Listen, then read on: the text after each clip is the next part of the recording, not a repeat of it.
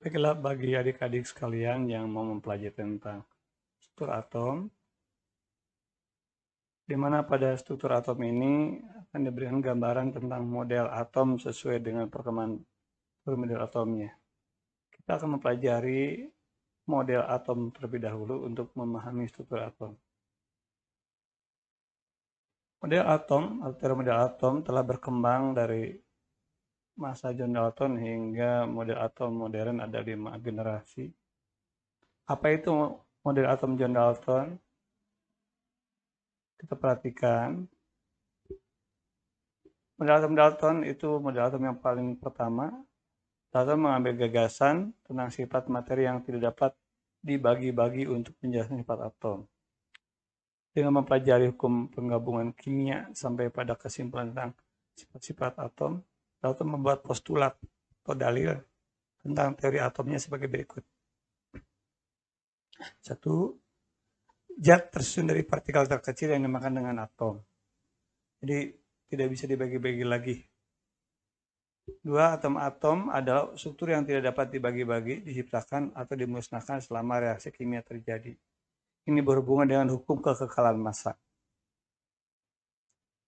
Semua atom-atom dari unsur tertentu adalah identik, baik dari sifat fisik maupun sifat kimia. Artinya atom-atom yang sejenis seperti atom besi dimanapun pasti memiliki sifat yang sama. Atom hidrogen dimanapun pasti memiliki sifat yang sama. Sebaliknya atom-atom dari unsur yang berbeda menunjukkan sifat yang berbeda pula. Dan mereka menunjukkan massa dan sifat kimia yang berbeda. Atom-atom dapat bergabung dengan perbandingan tertentu membentuk suatu senyawa. Itu model atom dari Dalton. Selanjutnya kita beralih ke model atom Thomson yang merupakan koreksi atau perbaikan dari model atom Dalton. Seperti apa model atom Thomson? Kita lihat. Nah, gambarannya seperti ini. Model atom Thomson itu berkembang waktu diusulkan pada tahun 1903. Thomson mengusulkan model atom yang terdiri dari muatan positif dan negatif dengan jumlah yang sama, sehingga atom menjadi netral secara elektrik. Dia mengusulkan atom adalah bola, tetapi muatan positif dan negatif tertanam di dalamnya. Model Thomson kemudian disebut model atom pudding flam atau model kue coklat chip. Atau untuk lebih sederhananya, model atom roti kismis ya, di mana pada permukaannya dapat kismis-kismis itu diibaratkan seperti itu. Teori model atom berikutnya yaitu Ernest Rutherford yang berkembang pada tahun 1831 sampai 1937. Seperti apa model atom Rutherford ini? Kita lihat. Nah, model atom Rutherford yaitu model atom yang dikemukakan oleh seorang ahli fisikawan kelahiran Selandia Baru bernama Ernest Rutherford. Model tersebut menggambarkan atom sebagai inti kecil, padat, dan bermuatan positif yang disebut dengan inti. Di hampir semua massa terkonsentrasi, di mana massa cahaya, konsentrasi negatif, dan atom bersirkulasi pada jarak tertentu, seperti planet yang berputar mengelilingi matahari. Jadi kalau digambarkan model atom Rutherford ini seperti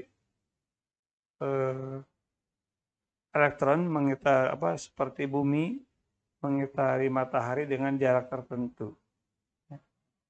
Namun pada model atom Rutherford ini nantinya muncul satu kelemahan di mana elektron yang berputar itu akan senantiasa mengeluarkan energi, dan kalau energi dilepaskan maka kemampuan elektron mengitari inti itu akan semakin lemah, maka gerakannya semakin lama semakin mengecil dan akhirnya elektron akan jatuh ke inti. Nah, ini kelemahan dari model atom Rutherford, tidak bisa menjelaskan hal seperti itu. Berikutnya yaitu model atom Niels Bohr. Model atom Niels Bohr adalah model planet di mana elektron bermuatan negatif mengorbit inti kecil bermuatan positif yang mirip dengan planet yang mengorbit matahari. Gaya gravitasi tata surya secara matematis mirip dengan gaya Coulomb listrik antar inti yang bermuatan positif dan elektron yang bermuatan negatif. Poin utamanya dari model Bohr ini adalah pertama, elektron mengorbit inti dalam orbit yang memiliki ukuran dan energi yang ditetapkan. Energi orbit terkait dengan ukurannya. Energi terendah ditemukan di orbit terkecil. Radiasi diserap atau dipancarkan ketika elektron berpindah dari satu orbit ke orbit yang lainnya. Kalau saya boleh tambahkan deskripsinya, yaitu bahwa pada model atom Niels Bohr dianggap elektron memiliki energi yang kontinu, yaitu dari titik pertama, kedua, dan ketiga. Ya. Semakin rendah kulitnya, maka energinya semakin kecil. Nah, elektron itu bisa berpindah dari lintasan terkecil sampai lintasan terbesar dengan cara menyerap atau memancarkan energi berupa cahaya. Kita lanjut ke teori atom, model atom modern. Model atom modern merupakan perbaikan dari model atom Niels Bohr, di mana pada model atom modern ini didasarkan kepada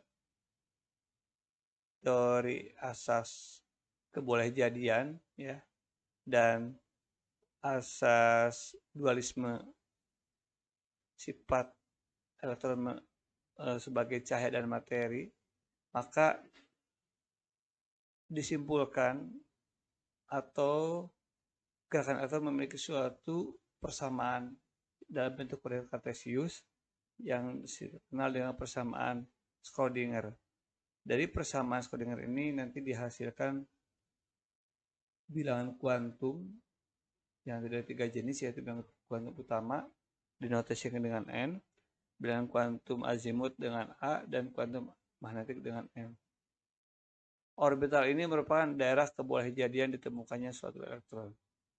Nah, perbaikan dari model atom Niels Bohr bahwa model atom modern adalah elektron itu tidak berada dalam posisi kontinu secara energi, tapi dia memiliki paket-paket energi tertentu. Sehingga